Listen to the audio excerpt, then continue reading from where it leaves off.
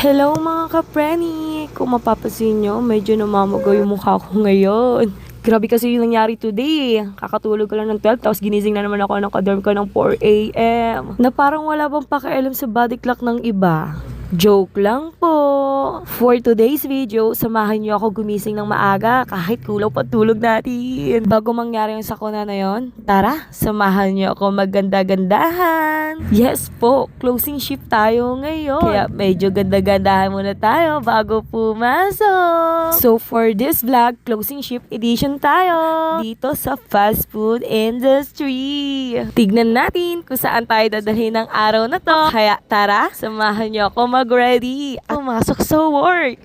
So, tara na at let's go!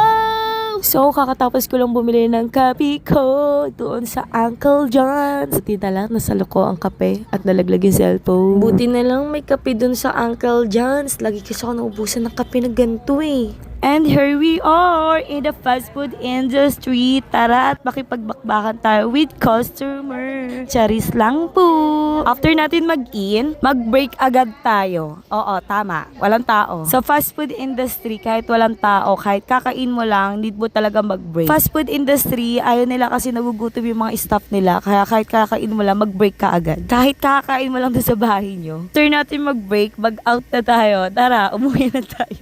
Joke lang po.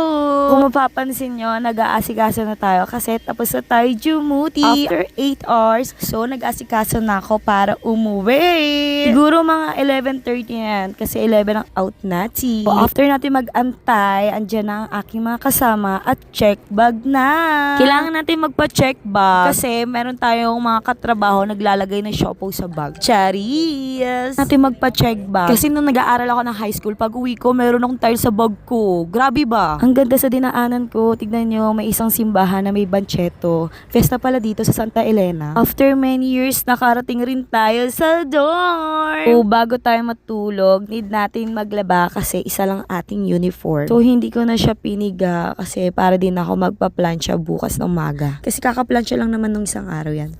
So, natapos tayo maglaba mga 12 siguro. So, after ko maglaba, di ko na na-videohan. Nag-skincare pala ako niyan. Tapos may dala akong yellow. Naglagay ako sa planggana na may tubig. Tulog lang natin. Nagising naman tayo ng 4 a.m. Para bang wala kang karapan na matulog. Ganito talaga sa fast food industry. Minsan, closing ka, bigla ka mag-opening.